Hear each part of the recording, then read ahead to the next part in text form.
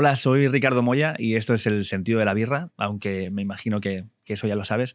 Y te vengo aquí a explicar un poco cómo puedes apoyarnos a que sigamos existiendo, a que este podcast no termine jamás. Y es suscribiéndote a Podimo a través del enlace que te vamos a dejar aquí abajo en la descripción del vídeo o aquí arriba en una tarjetita, con el cual vas a poder probar 30 días gratis esta plataforma, Podimo, que es para mí es el Netflix de los podcasts. Tienes una programación de la hostia de todo tipo de podcasts, de ciencia, crímenes reales, historia, esto que vas a ver, o conversaciones, ¿no?, con otra gente y tal. Aparte tienes una selección de audiolibros que no te la acabas y con títulos muy, muy guapos. Y puedes escuchar todos los programas que publiquemos una semana antes de que se publiquen en YouTube y sin ningún tipo de anuncios. No hay compromiso, puedes probarlo y si no te mola, pues no lo uses más. Pero yo te recomendaría que le des aquí a los links, que lo pruebes, que nos ayudes y que disfrutes de la entrevista. Hasta luego.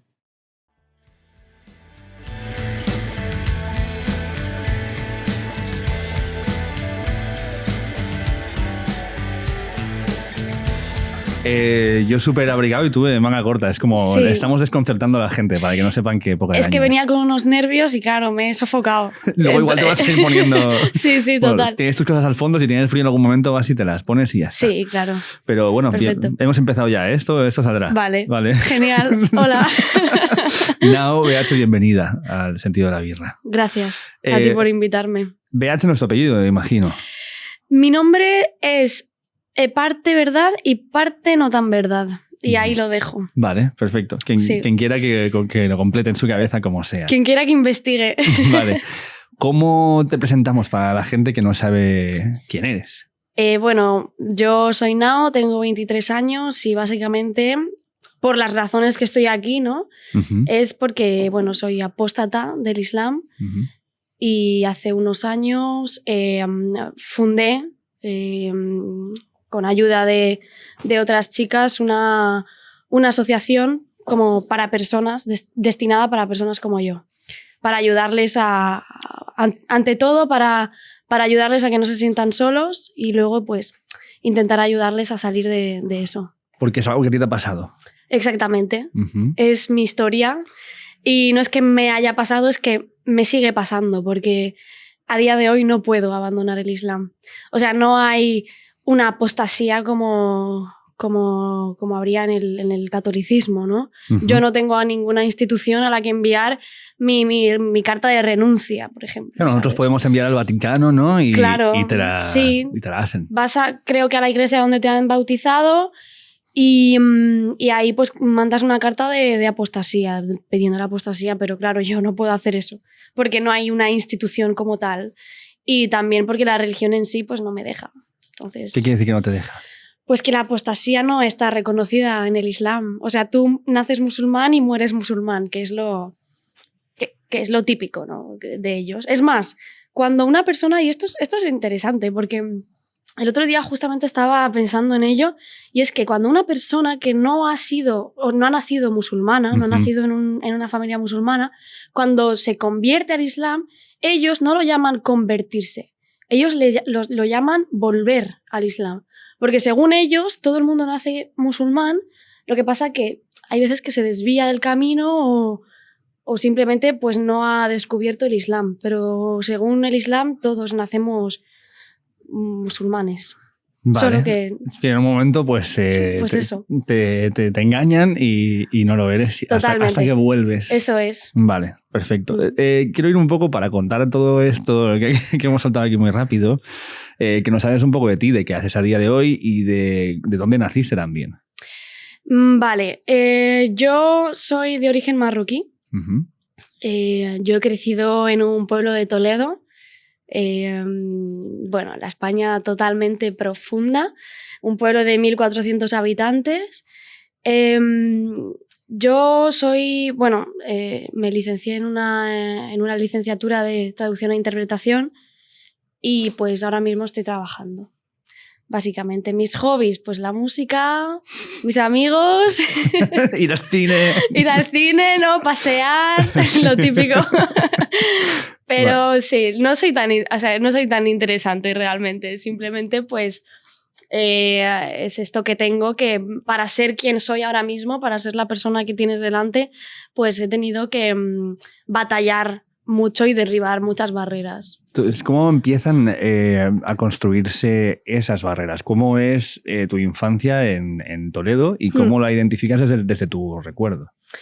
Vale, yo siempre que me acuerdo de mi yo del pasado, de mi mini yo, siempre recuerdo muchos choques multiculturales, ¿no? Porque yo, pienso que he crecido entre dos culturas que tampoco son tan diferentes, pero que chocan muchas veces entre ellas, ¿no? Y yo he vivido toda mi vida, mi infancia, mi preadolescencia, mi adolescencia, batallándome entre dos culturas, entre dos identidades. Claro, yo, por ejemplo, para algunos españoles, porque tampoco voy a generalizar, pero bueno, en Toledo sobre todo era la norma, ¿no? Pero para ellos yo era una mora de mierda. ¿En Toledo y te decían eso? Sí, yo te lo digo, yo he crecido en este pueblo lo considero mi pueblo, y a mí nunca nadie de los chicos y chicas que iban conmigo al colegio me invitaron a su cumpleaños. O sea, jamás. Pero porque éramos 2, 3 familias de inmigrantes y para ellos pues éramos los de fuera, básicamente. Entonces, claro, yo para ellos era la de fuera y luego para los de mi propia comunidad, para la comunidad magrebí, era pues la occidentalizada, ¿no? La españolita, la que se cree española. Claro, entonces yo siempre he estado entre dos mundos. Sin ser tú nada de eso, ¿no? Claro, sin ser ni una cosa ni claro, nada. Para mí, yo seguía siendo marroquí, lo que pasa que pues no era como las marroquíes que creemos que deben ser, o sea, no hay una norma. Simplemente yo era de origen marroquí, pero tenía mi propia identidad y mi propia personalidad. Entonces, pues esa era mi vida. Me pasé toda la vida batallando entre estas dos culturas. Luego, pues, entre el racismo de una y luego, pues, la imposición de una religión de otra. Y eso ya, pues, lo empecé a notar cuando ya empecé a ser más mayor y cuando ya tuve un poco más de conciencia, que dije, bueno, estoy sufriendo racismo aquí, pero ojo, también estoy sufriendo muchas opresiones y discriminaciones en mi propia comunidad. Entonces, ¿con quién me tengo que posicionar? O sea, yo ponía la tele y es que los moros son machistas, que tal, que no sé qué. A ver, en cierta parte tienes razón. Bueno, todo el mundo, podríamos decir que todo el mundo es machista. Pero claro, yo no podía decir eso, yo no podía denunciar la misoginia y la opresión que yo sufría en mi comunidad porque sería ponerme de parte de esos, de los mismos que me llaman mora de mierda. Claro. Entonces, imagínate, era una movida. Entonces, lo que estás diciendo, ¿qué discriminaciones son las que notabas dentro de tu comunidad? Para mí la primera discriminación y la que más me afectó fue una misoginia y un sexismo brutal. Porque se nota más porque bueno, yo aquí en Europa, en España, obviamente existe una misoginia, existe el sexismo, eso no lo podemos negar, pero yo en mi comunidad lo notaba más porque era más directo, ¿no? O sea, era más cúbrete, no tienes derecho a salir con chicos, y no hablo ya de tener novios, sino tener amigos varones. Y claro, yo me hacía preguntas a mí misma y también le hacía preguntas a mis padres y ellos siempre me decían, no, porque la religión, porque tal, porque tú eres una mujer. Siempre me ponían el ejemplo de la mujer es como un diamante, ¿no? Hay que cubrirlo porque si se deja ahí descubierto todo el mundo lo quiere. Y era como, hostia, pues, o sea, me estás diciendo que si yo me voy al descubierto, metafóricamente, claro, me pueden pasar cosas malas y será culpa mía por no haberme cuidado. El diamante, claro. Y entonces eran cosas que yo tenía muy normalizadas, pero cuando llegué al instituto, lo típico, que empiezas un poco a politizarte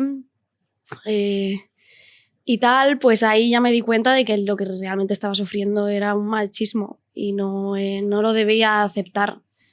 Y ahí es cuando empiezo a cuestionarme más la religión. ¿Qué es la primera cosa que te chirría, aparte del machismo, para el hecho de decir por qué creemos en esto o por qué creo en esto? Porque yo tenía muchas preguntas de las que nadie me podía dar ninguna respuesta.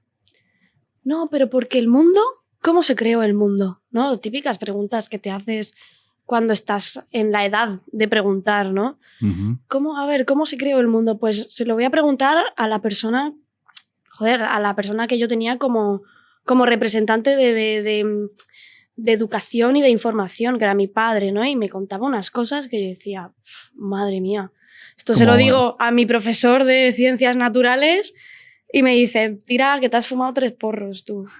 Claro, es que si caballos voladores, que si tal. Claro, yo llego a un momento que yo decía, es que ya no me lo puedo creer. Es que aunque yo haga el esfuerzo, ya no me lo puedo creer. Es como con los reyes, ¿no? Con los reyes magos, que hay un momento que dices, vamos a ver, pero ¿cómo pueden ir a todos lados, dar todos los regalos, ¿no? Claro, claro. ¿De dónde saca el dinero? O sea, es que, claro, cuando empiezas a juntarlos de forma lógica, estas cosas, dices, esto tal cual así no puede ser. Claro, es que era así.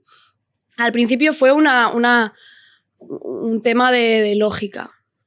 Y luego ya, pues, cuando fui ya adentrándome ya en la religión para intentar saber, para intentar conocer mi propia religión, ahí es donde me di cuenta de que era una religión bastante retrógrada y que no tenía cabida en el mundo actual, como todas las religiones realmente, pero...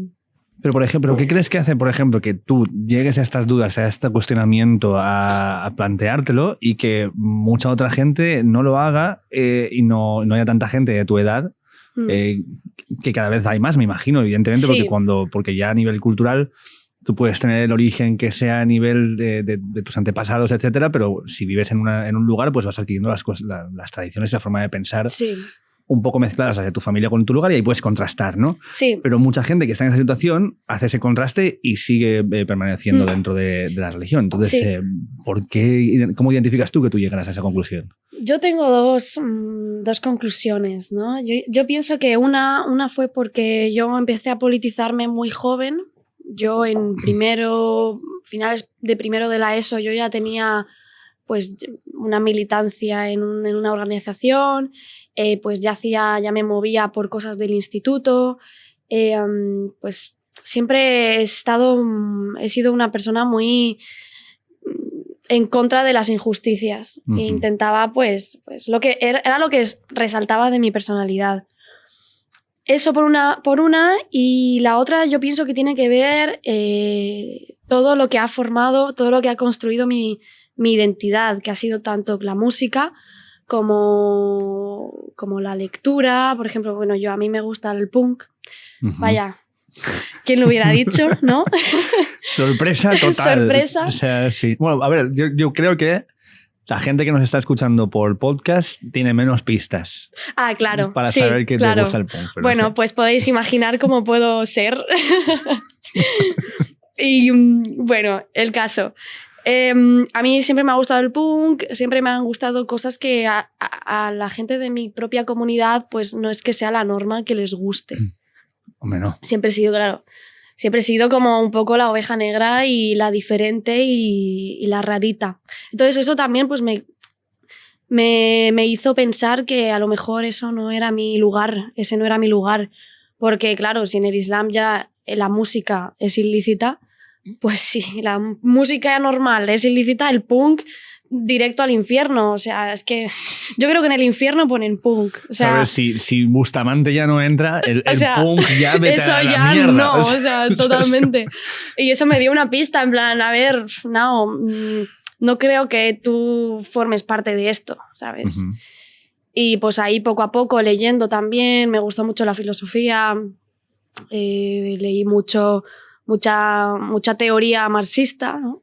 Uh-huh. Y pues por sí solo un día te levantas y dices, joder, Dios no existe, ¿sabes? De hecho, creo que leí algo sobre que sin saberlo fue tu padre el que te llevó en ese sendero a nivel de filosofía. Totalmente. Mi padre siempre ha sido una persona muy metida en la política, en el ámbito social. Él ha sido sindicalista y sigue metido.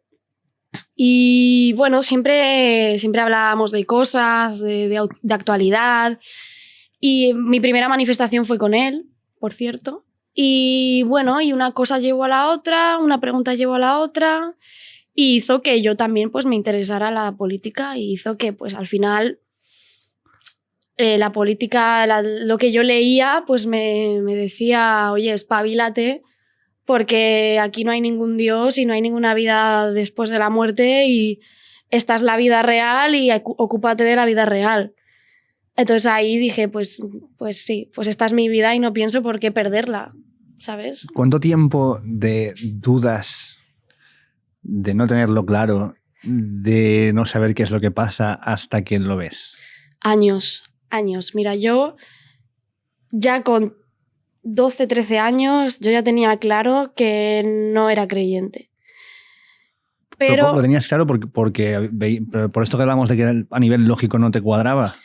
Por el conjunto. Y también por el hecho de que yo pecaba, ¿no? Cometía pecados y no sentía ningún tipo de remordimiento. O sea, yo decía, bueno, estoy haciendo esto y no me siento mal. ¿Pecados como...?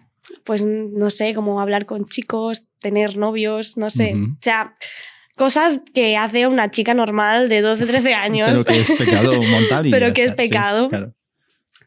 Y entonces a mí me daba igual. Yo decía, pues si está Dios mirándome, pues mira, pues que lo disfrute, no sé, ¿sabes? Y claro, fue este vacío de... Yo también iba a la mezquita y veía a la gente emocionarse con los sermones, ¿no? Llorar. Y yo esa cosa pues no la tenía. Yo estaba pensando, madre mía, esta gente llorando por algo que fue escrito hace 1400, casi 40 años. Y no sé, era como... No, yo no sentía lo mismo. Siempre sentí que yo no pertenecía ahí, básicamente. Y la verdad es que lo pasé muy mal, ¿eh? Lo pasé fatal. Yo caí en una depresión muy chunga porque ya aparte de sufrir todo el racismo, el bullying que yo sufría también por ser de fuera, también se añadía el conflicto que yo tenía en mi casa y la búsqueda de esta identidad en la que yo estaba en ese momento. Entonces fue muy duro y en 2015 o así volví a intentarlo y como que me volví a convertir al Islam, volví a llevar el velo, pero llegó un momento que dije, vamos a ver, tía, siéntate y piensa, ¿esto lo estás haciendo por ti o lo estás haciendo por tu familia? Y ahí llegué a la conclusión de que lo estaba haciendo porque yo pensaba que alejarme del Islam era fallarle a mis raíces y fallarle a mi familia y fallarle a las tradiciones en las que yo he crecido. Y fue muy doloroso decir, ya está, hasta aquí. Y cuando lo hice, pues tuve que abandonar todo lo que conocía, tuve que empezar de cero, mi vida de cero, porque era algo que yo no podía vivir con ello con mi familia. Era un obstáculo y era conflicto y preferí pues ser libre lejos de mi familia que estar reprimida y tener a mi familia. Es que esto suena muy paralelo en mi cabeza a relatos de personas que han estado en un matrimonio en el que había violencia o en una relación tóxica durante mucho tiempo, en la cual una vez cuando desaparece el enamoramiento, que es lo que te cegaba un poco de todo, empiezas a decir, espérate, ¿qué cojones es esto, no? Y eso lleva un montón de carga psicológica de decir, bueno, ¿por qué no lo he visto antes? ¿Por qué no he sabido parar esto? ¿En qué momento hemos llegado a este punto? Y no sé si también sufriste esas cosas. Sí, claro, yo decía, es mi culpa. O sea, ¿por qué no soy como esas chicas musulmanas del que mi padre o mi madre me hablan tanto, no? ¿Por qué no puedes ser como tal? ¿Por qué no puedes ser como tal? Yo siempre he llevado este flequillo, para que te hagas una idea, ¿no? Desde muy joven. Te pones ese flequillo, esas pintas que me llevas. Y claro, yo siempre se me ha comparado a otras chicas musulmanas ejemplares, ¿no? Entre comillas, porque ellas sabrán, yo no soy quien para decir si eres ejemplar o no en una religión, ¿no? Pero bueno, las que mis padres creían que eran ejemplares. Y yo siempre pensaba, joder, tía, de verdad, estás montando un pollo que flipas en tu casa solo porque no te da la puta gana. ¿Puedo decir palabrotas? O... Puedes decir lo que Vale. quieras. Perfecto. Solo porque no te da la gana de coger y ser como esas chicas. ¿Qué te cuesta? Yo decía, ¿qué te cuesta? Va. Si quieres seguir teniendo una relación con tus padres, tía, no te cuesta nada. Tú haz que crees en Dios. Tú cuando estés delante de tus padres dices, sí, yo, hostia, pues sí, Dios te bendiga. Y luego, pues con tus colegas, pues sé tú misma. Pues doble vida. Doble vida total, pero tú no sabes Desquicio. la doble vida que yo he llevado. O sea, era muy heavy. ¿En plan qué? Yo salía de mi casa con velo y vestida súper así, modesta, y luego me veías ahí en el bar con minifalda, bebiéndome un cubata más grande que mi cabeza, ¿sabes? Claro, es que era un contraste muy heavy.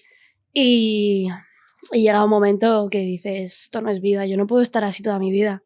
¿Qué va a pasar el día que digan que me tengo que casar? ¿Qué va a pasar el día que me case y que tenga hijos? No puedo seguir así. Pero tú lo veías esto, como que en tu familia estaba el concepto de que tú tenías que casarte y ellos decidían, y toda esta cuestión que asociamos tanto a una parte más Sí. ortodoxa de... A ver, es tu destino. Mi destino yo sabía que era casarme, tarde o temprano. ¿Pero eligiendo tú o eligiendo tu familia? A ver, eligiendo yo. O sea, Espérate, entre comillas. Para entre quien no lo pueda ver, comillas, vale, porque... sí. Vale, perdona, es que No, a veces me olvido que yo estoy a en un veces, podcast. yo también me olvido, Vale, o sea, vale. pero de repente me he acordado. Así que... Pues, entre comillas, porque yo me puedo enamorar de un chico y este chico me puedo querer casar con él, Uh-huh. se lo puedo llevar a presentar a mis padres y mis padres me pueden decir que no, porque no es musulmán o porque no les gusta para mí. Entonces, Claro, se tendría que convertir para que a lo mejor pudieras... Claro. Uh-huh. Claro. Entonces, imagínate, yo jamás he tenido amigos magrebís, no porque los odie o tal, no, para nada. Simplemente porque yo era diferente y el ocio y los hobbies que yo tenía, pues no era muy común en la comunidad magrebí. Entonces, pues claro, yo decía, joder, tía, pues imagínate que en unos años dicen, se te va a pasar el arroz, te meten con no sé quién y a parir, y yo qué sé, y yo, ¿qué va, tío? No, yo dije, es que no es una vida que yo quiera, no es una vida en la que yo vaya a estar bien y tampoco tengo por qué aguantar esto tantos años. En esto además hay una cuestión con las religiones, que es como que tú no llegas a elegir nunca, ¿no? Yo he oído discursos por parte de gente que es creyente y que lo que dice es que una cosa que se malinterpreta del Islam es que el Islam debe ser una religión abrazada libremente y no por la imposición de nadie. Pero cuando alguien es un niño, nace en ese núcleo en el que todo lo que pasa alrededor está imbuido de un carácter religioso, directa e indirectamente, no sé hasta qué punto tú estás eligiendo o se te da la voluntad de elegir. Es que es que no es la libre elección en el Islam, y hablo del Islam, quiero aclarar porque es la religión que yo he vivido. No, pero las religiones en general. La religión en general. Yo estoy bautizado, igual que un montón de peña que conozco que no somos creyentes. Sí, pues eso. Al final, mira, el Islam, ¿qué pasa con la religión? La religión no te da cabida a la libre elección. Eso es una mentira. Decir, no, es que creo porque quiero. No, crees porque si no crees vas a ir al infierno. O sea, a ver, si tú tienes la palabra de Dios diciéndote, si haces esto irás al infierno, pues obviamente no lo vas a hacer. Y no puedes decir que el no haberlo hecho es tu libre elección. No, simplemente es porque te han acojonado durante toda tu vida con un infierno y pues obviamente no quieres ir ahí. Y pues todo lo que dicen que está prohibido, pues no lo vas a hacer. Entonces, en realidad, perdóname que te interrumpa, en este caso, tu familia, desde su punto de vista, te está salvando. Exactamente, sí. Y siempre me han dicho, intentamos salvarte e intentamos que vuelvas al camino correcto, ¿no? Claro. Pero bueno, eso es su vida. O sea, yo cuando nací, a mí no me dieron un papel diciéndome ¿aceptas convertirte al Islam y ser musulmana? No. Entonces yo pienso que es normal que años después yo haya decidido cambiar de camino, porque ese camino me lo impusieron. Total. Entonces, vale, tomas esta decisión. Vale, ya está. Me planto aquí, 2015, ¿qué cojones estoy haciendo? ¿No? Sí. Estoy con el velo puesto y digo, ¿por qué? What's No. going on? Y tomas la determinación de se acabó. Sí, ya está. Y eso fue, pues, duré como 6 meses con el velo, así que ya era como 2016. Entonces me quité el velo, pero seguí con mi doble vida. Uh-huh. Y dije, bueno, vamos a intentar dialogar. Y ahí es donde salió todo el tema de la religión. Ahí es donde en mi casa empezaron las cosas a empeorar, porque yo me hacía más fuerte y yo no más fuerte físicamente, sino que mis argumentos eran más fuertes. Uh-huh. No eran los argumentos de niña de es que esto me lo dices porque soy mujer. No, en ese momento era de decir a mi padre esto me lo dices porque en tu religión pone tal, tal, tal, tal y esto para mí es injusto, porque estamos en 2016 y esto no tiene ni pies ni cabezas, ni cabeza. Entonces, pues ahí es donde empezaron los conflictos más heavy en mi casa y hubo muchos problemas y hasta en 2018 que decido irme de mi casa. Pero conflictos heavy, ¿a qué te refieres? Pues mucha violencia, tanto física como verbal. Era en mi casa, yo era... la raíz del conflicto no, pero sí que no me callaba las cosas. Y mi padre, al ser la máxima imagen de autoridad, pues para él era como que le estaba desafiando. Claro, porque hay una de las partes es que el cabeza de familia tiene la última palabra y el resto solo puede que asumir y ya está. Claro, eso es. Y al ser una mujer, ¿qué haces? ¿No?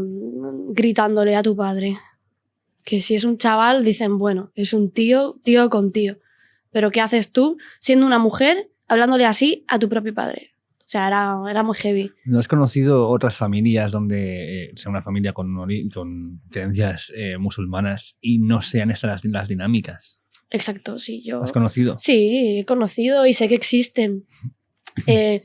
Y yo pienso que ellos lo que hacen es no llevar la religión a rajatabla. O sea, ellos simplemente creen en Dios y yo pienso que bueno, creen en el Islam, pero creen en su Islam. Porque yo hay veces que veo a gente, por ejemplo, no sé, o sea, de salir de fiesta y encontrarme a... Bueno, es que muchas veces me ha pasado cosas muy, muy, muy locas. De encontrarme a chicos marroquíes y que me insulten a mí porque yo soy mujer marroquí y estoy de fiesta como ellos, ¿no? Y es como...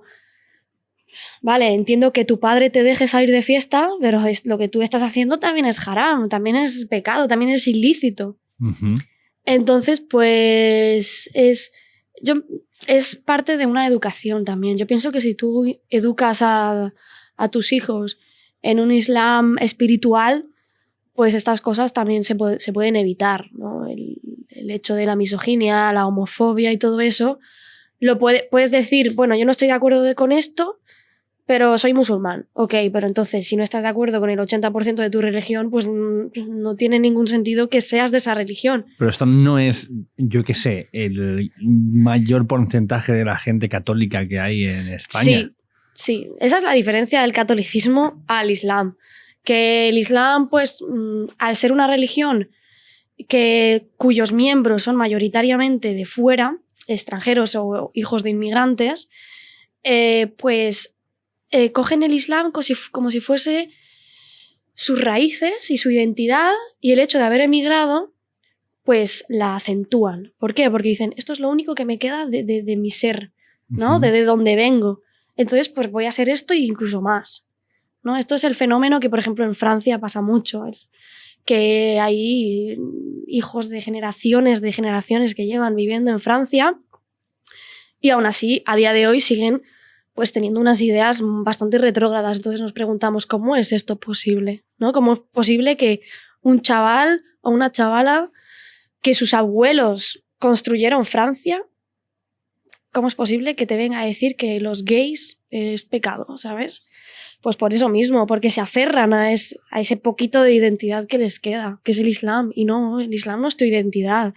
Tú eres magrebí.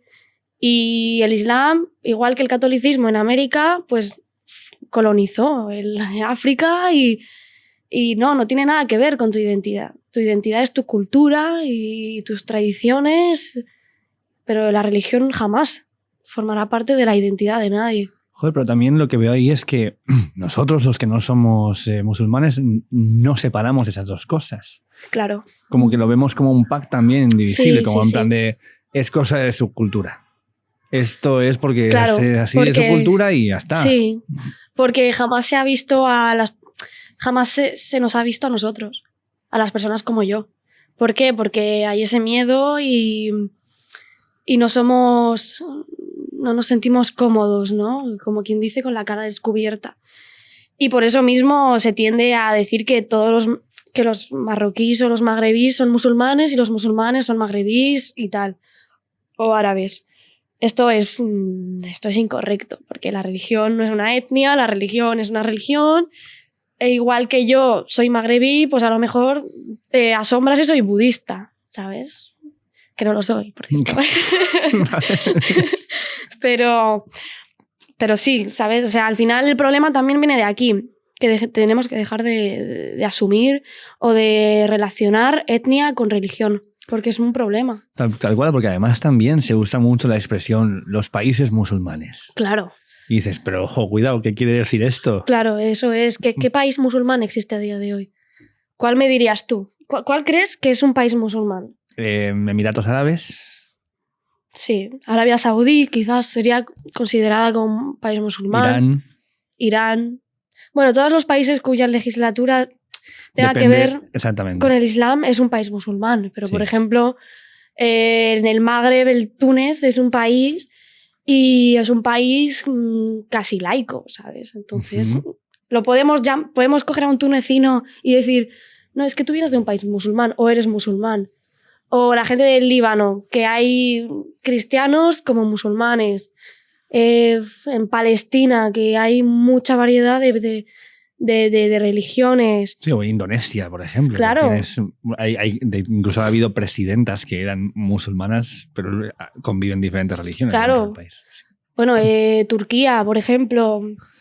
Sí, claro. Es que al final ese es el problema. O sea, es los que países musulmanes. Es como si digo, los países cristianos. Claro, exactamente. Es que es esto, ¿no? Es como muy del medievo, ¿no? Países cristianos. Si lo aplicáramos igual, idénticamente a nivel cultural, ¿cómo lo hacemos desde... es que no sé si decir ni siquiera Occidente, desde los países que no son musulmanes, sí. pongámoslo de esa forma. Si lo viéramos de igual reflejado desde fuera, que no existe, pero si se nos hiciera esa comparación... y tú fueras a algún lugar y te miraran raro porque dicen, no, estoy en un país que... Ya, total. Es que hace una Semana Santa, ojo, cuidado. Háblame cristiano. Claro. No, háblame europeo. Eso me fascina mucho porque hay gente también que se olvida que Marruecos está en África. Y esto hace de mí una persona africana. Claro. ¿Sabes? Entonces es como muy raro, ¿no? Es como... Parece surrealista, pero te lo juro que pasa. O sea, soy africana. Me miran como raro, ¿no? Me analizan un poco y me dicen, ¿cómo? Pero si no eres negra. Enséñame cosas en africano, no sé, a ver, enséñame cosas tú de europeo, ¿no? Sí, pero es que hay mucha ignorancia a nivel de países de Occidente y tal. Hay mucha ignorancia sobre esto, sobre las etnias, sobre las costumbres de esas etnias, sobre la variedad de etnias que puede haber en un país o en un continente. Y eso también, pues vemos a una persona con barba y con pintas de moro y decimos, pues este es moro y seguro que es musulmán. Y ya lo asumimos y ya le ponemos la etiqueta, ¿no? Claro. Esto es un problema también. ¿Cómo te llevas tú con la palabra mora? Ahora que te he visto que la has usado. Yo la puedo usar y yo tengo como pases que puedo dar a la gente. Vale, a ver, sí. Tú sí puedes, tú no puedes. Vale. Claro, es que también depende. Yo con mis colegas, a ver, es confianza, sé que no lo están diciendo de manera peyorativa, entonces les dejo. Pero si no te conozco de nada y me vienes y me dices mora, pues a lo mejor me enfado. Claro. Claro, es como si yo vengo y te digo, pues, no sé, 4 gafas. 4 ojos, Claro. ¿no? A ver, es que yo qué sé. 4 gafas ya es como... Sí, 2 ya es como otro nivel, ¿no? Sí. No lo sé, es como... Pienso que cuando se hace en confianza y sabes que no va a malas, pues ya a mí no me importa. Pero cuando ya sé que se está usando de una manera que intenta humillarme o una manera ya ofensiva, pues ahí obviamente que no estoy de acuerdo. En Valencia tenemos una expresión muy común que es decir a una chica que consideras guapa, reina mora. Sí. Y no sé qué te parece eso. Me hace mucha gracia porque a mí me han intentado ligar conmigo llamándome reina mora y es muy incómodo, la verdad. Claro, me imagino. Sí, es muy incómodo. Pero bueno, al final, yo qué sé, también, como dices, forma parte de un lenguaje territorial, ¿no? De Valencia. Pero tampoco es malo, ¿no? Reina Mora, pero a ver, si se lo dices a una chica y te dice, no me llames Mora, el hecho de que tú digas, ok, pues ya está. Supongo que ahí es donde acaba el conflicto y acaba el problema. ¿Por qué? Si no lo digo claro. mal, si sí, te pues puedo ahora te Mora. digo Claro. Morita. Que eso ya es, claro, eso ya es más jodido, ¿no? Eso es horrible porque es como, te voy a insultar, pero haciendo ver que no te estoy insultando. Porque es cariñoso. Claro, negrita, morita, todas estas cosas. Gente, por favor, me estáis escuchando y algunos me veréis. Por favor, no. Una persona negra es negra y una persona mora, pues si es tu colega es mora y si no es tu colega, pues es marroquí o magrebí. Uh-huh. Stop con el ito, por favor, porque no es como creéis que es súper ofensivo. Total. Y ya está. Hay otra cosa que estaba pensando respecto a esta asociación que hacemos de la religión con la cultura, ¿no? De una forma absolutamente sin sentido, que es el hecho de pensar que escuchar a alguien como tú que reniega de la religión que le ha sido impuesta, podríamos decirlo fácilmente, también reniega de su cultura. Y pareciera que fuera así también, ¿no? Y que, claro. Sí, la gente se piensa que tu cultura y tu religión van de la mano, ¿no? Y cuando tú abandonas la religión, pues también abandonas el ser magrebí. No. O sea, en la religión no pone... En el Islam no te viene la receta del cuscús. Vaya, ¿sabes? O sea, si tú quieres hacer cuscús, haces cuscús porque te gusta el cuscús, no porque lo ponga en el Islam o no lo ponga. Entonces, es un ejemplo de mierda, sí. ¿Vale? Pero sí. Pero es para que puedas entender que la cultura y la religión no tienen nada que ver. Y yo, aunque no sea musulmana, no soy musulmana, no creo que lo vaya a ser nunca, sigo siendo magrebí, sigo siendo marroquí. Y pues escucho las músicas tradicionales de allá, me gusta la gastronomía, tengo mis tradiciones también, mi cultura, ¿no? Y el té también, que se consume diferente. El té, ¿no? sí. Y cuanto más sirves, el té se sirve, bueno, con una tetera, y cuando lo sirves a alguien para demostrarle que está bienvenido en tu casa, ¿no? Pues como la sidra, ¿no? Lo vas subiendo y cuanto más alto es, en plan, más aprecio te tengo y más bueno, pues te estoy diciendo bienvenido a mi casa, bienvenida a mi casa. Esas cosas, por ejemplo, son cosas que yo hago y bueno, y no tiene nada que ver con la religión. Total. Entonces, pues ya está. Es como a tú tienes que ir a misa todos los domingos para comerte una paella o para ir a escuchar flamenco, ¿no? ¿Verdad? Sería jodidísimo. Hostia, todo el mundo ahí en misa, ¿no? Todos los domingos. Va, tira, va, sigue con el sermón, va, que tengo ahí a la leña ya. Que tengo a la Rosalía ahí, coño, que tengo que ir a escucharla. Exacto. Claro, tío. Es que no puede ser. Totalmente. Entonces, vale, volvemos a la cronología que estábamos siguiendo. ¿Cómo es la ruptura? La ruptura, muy ruptura. Muy ruptura, fue de la noche a la mañana. Yo estuve un mes cogiendo cositas así, tal, poco a poco. Y cuando acabé mi último final, cogí mis cosas y me piré. O sea, ¿fuiste sacando tus cosas poco a poco a casa de alguien? ¿O Sí, a casa de una amiga. Vale. Ibas dejando, hoy me llevo 2 cajas de no sé qué. Sí, claro, porque si desaparecían muchas cosas en mi casa, se iban a dar cuenta. O sea, eso era muy evidente. Entonces yo cogía una cosita, tal, un día, otro día.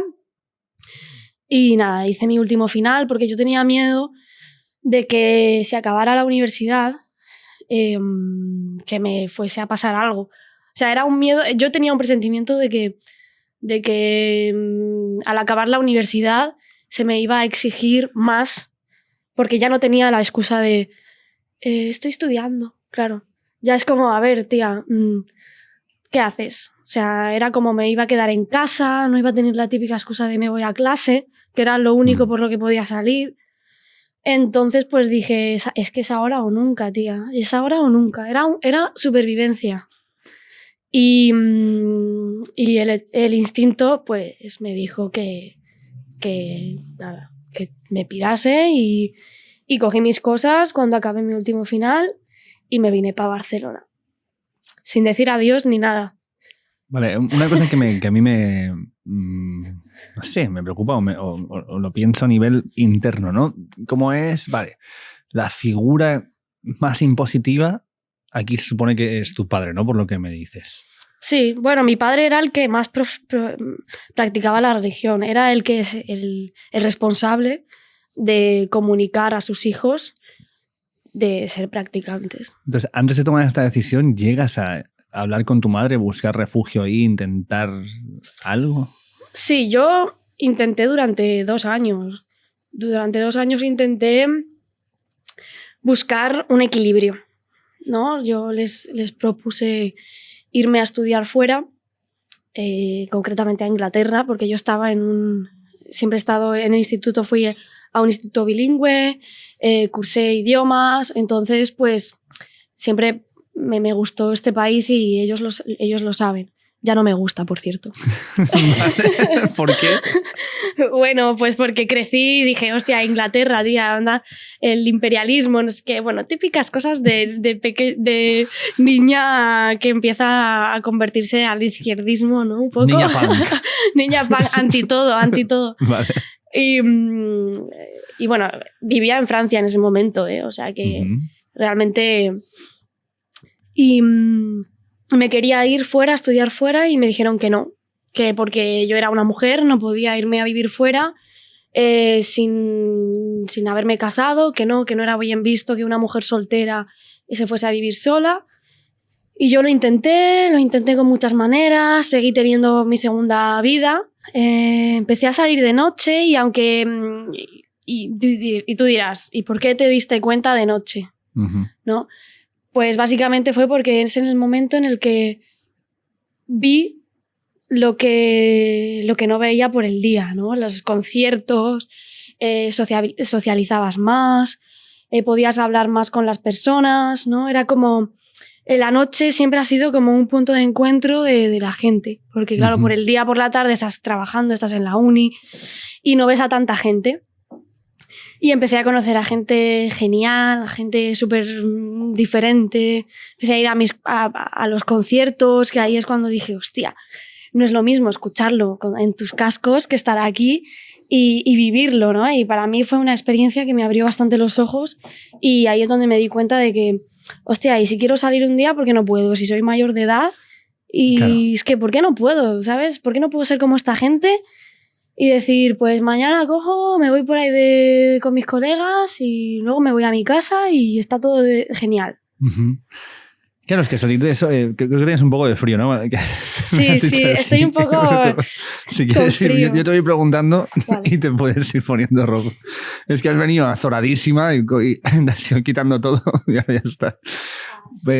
Lo que quería decir con esto es que claro, tú ves esta diferencia, marca una diferencia grande porque es que yo creo que la adolescencia, aparte de que es la época clave de la rebelión absoluta de todo, ¿no? Es la época clave de reivindicar tu identidad. Y sí. Por lo que tú me estabas diciendo antes, de que has dicho algo así, de que conozco gente que es musulmana y tal, pero tiene su identidad, es como si eso quisiera decir que el ser devoto a una religión anula tu identidad. ¿Lo consideras de esa forma? No creo que anule tu identidad, pero creo que te limita mucho. Te limitan bastante porque mi identidad, la verdad es que se basa mucho en la música. Yo te digo, yo en el COVID lo pasé fatal porque no había ni un concierto y lo pasé mal. ¿Por qué? Porque era mi refugio y el ocio, ¿no? Mi personalidad pues se ha construido en eso, ¿no? En el arte en el que me intereso, que es la música y tal. Entonces, claro, si a mí mi religión me está diciendo esta música que escuchas no está bien, esos tatuajes que te haces no están bien, ese peinado, esa ropa que llevas no están bien, ¿cómo voy a ser yo misma si me estás diciendo que no me aceptas tal y como me expreso? Entonces, pues pienso que te limita bastante, ¿no? Porque tú tienes que seguir las normas ante todo, porque si no vas a ir al infierno. Entonces, es la dictadura del terror. O eres como yo o vas al infierno. Claro, porque es esto, ¿no? Es como, yo lo veo bien, en todas las religiones tienen un poco esta parte, que es el hecho de predico, o sea, hay una especie de respaldo de predicamos la bondad de los seres.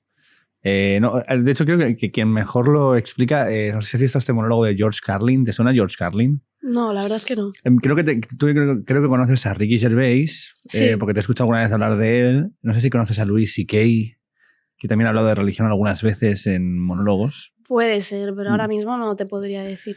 Y luego, yo creo que un poco George Carlin, ya te pasan un link. Vale. Es como un poco pásamelo, el padre yo me lo miro. Sí. Es un poco el padre ideológico de este concepto, del concepto de religión de ambos, ¿no? Y él dice como que, decía la religión, pero se dirige un poco más a la religión católica, pero creo que esto es aplicable a todas, ¿no? Sí, yo pienso que sí. Él dice, ha hecho creer a la gente que hay un ser invisible que ve lo que tú haces y que tiene un plan para ti, para lo que tú tienes que hacer con tu vida. Claro. Y si no lo haces, tiene un lugar para ti, para que ardas por toda la eternidad y sufras y grites y te torturen, pero te ama. Claro, es un ser ¿cómo se dice? Misericordioso. Misericordioso. Y entonces, esto sumo la explicación de Stephen Fry sobre la presencia de Dios, que él dice que él prefiere no pensar que no hay Dios, aunque lo existiera, porque el hecho de pensar que hay un ente consciente que permite que pasen todas las locuras del mundo y no hace nada, pero él ha creado que eso pueda pasar, es como en plan, pero ¿tú quién coño eres? Eres un puto psicópata. Claro, ¿quién eres? Claro, es como realmente una persona que te ama. Y pues, a ver, yo pienso que si Dios existe, a Dios la verdad que se la suda bastante si yo me como un plato de jamón o no. Pienso yo, ¿eh? O sea, llámame... Y si no, es un tóxico mal. Claro, o sea, claro. Es que no tiene sentido. O sea, ¿a qué coño le importa a Dios si yo tengo sexo o no antes del matrimonio? O sea, ¿en qué cambia esto? ¿En qué me cambia a mí como persona? Y si no, vas a arder en el infierno. Y los tatuajes van a arder 10 veces más. Hostia, pues no tiene ningún puto sentido lo que me estás contando, Dios. Claro, si eres omnipotente, puedes hacer todas las cosas que quieras, puedes estar... ¿Por qué estas minucias son tan importantes para ti? Exactamente, pero yo pienso que estas pequeñas reglas son como una estrategia. Porque si tú consigues seguir estas reglas que para ti pueden ser inútiles o incluso una tontería, pues obviamente vas a seguir lo demás, lo que va con ello, ¿no? O sea, si yo te digo, vale, esa cerveza no te la vas a beber, tío. ¿Por qué? Porque lo digo yo, y si te la bebes, pues te prendo fuego. Vale, tú vas a decir, hostia, pues vale, pues no me la voy a beber. Entonces, el hecho de que tú no te vas a beber la cerveza, pues si yo te digo, no te cases, pues no te vas a casar en la vida. ¿Por qué? Porque si solo por una cerveza me vas a prender fuego, pues con esto, ¿qué coño me vas a hacer? Quieres decir que si controlas cada pequeño detalle de la vida de la peña, es más fácil que luego acepten las cosas que son muy relevantes. Porque en las irrelevantes ya has dejado de separar. Hay un precedente. Sí, es eso. Es como el nivel 1, ¿no? Claro. Es como si pasas el nivel 1, ya es como que, vale, ya has pasado la prueba, ya si te digo no hagas esto, no lo vas a hacer, porque si has hecho esto, que es una tontería... Claro, pero entonces, si luego tú lo que generas es que las virtudes del ser que tú predicas están basadas en que han de hacerse, ya no porque sea una virtud y una forma correcta de vivir y te hace vivir a ti mejor y a los demás, sino porque si no lo haces te pego fuego, Eso es. la reflexión interna de que lo que yo hago es bueno y por eso es mejor hacerlo porque es bueno para todos, desaparece. Eso Y es. nace que la hago por imposición y temor a que me voy a pegar. Totalmente. Es que no hay ni el bien ni el mal. No existe. Solo hay lo que me dice Dios. Bueno, pero eso es el bien y el mal. Claro, realmente hay un bien y un mal, pero un bien y un mal, pues que ha salido de la nada, de un Dios que jamás has visto y de un Dios que permite que tu vida sea una miseria. Y que entonces es como... Bueno, yo pienso que la religión al final su objetivo es hacer que el ser humano sea conformista. Hacer que el ser humano se quede en su burbuja de confort y, total, él está siguiendo unas normas por un ente y después de la muerte va a ir al paraíso y ahí lo va a tener todo y va a tener lujos y va a tener mujeres y va a tener lo que él quiera. Entonces, ¿por qué sacrificarse en esta vida? ¿No? Claro, pero no tiene un punto de inercia esto porque lo veo como que en todas las religiones yo creo que hay muchas normas concretísimas de lo que se puede comer o no, de lo que se puede hacer o no, que respondían a cuestiones físicas y tangibles del mundo en el que vivían. Oye, mira, hay una crisis porcina loquísima y una gripe. Que la peña no coma cerdo, no, porque se está muriendo todo Dios. Entonces vamos a decir que Dios dice que no se puede comer cerdo o cordero o el animal que estuviera chungo en la época, que en cada religión es que han pasado diferentes territorios, tienen diferentes pandemias en animales que pasan a la gente, se vuelven locas y es peor para todo el mundo. Y como no puedo explicarte, porque tampoco tenían un método científico de decir, mira, tío, no comas esto, porque la gente se pone mala. Bueno, me la suda, tengo hambre. No comas esto porque si no, después del infierno... Ah, bueno, vale, entonces ya no comas esto que te mueres y encima de morirte... Claro, luego tal, ¿no? Luego te vas a joder y te vas a quemar toda la eternidad, entonces, tío, ten cuidado. Como herramienta de control ante una población extensamente iletrada y falta de conocimiento, como es lo que ha habido durante muchísimos años en la historia de la humanidad, porque no todo el mundo tenía acceso al conocimiento y a la educación, evidentemente, ¿no? Claro, puede tener una cierta utilidad.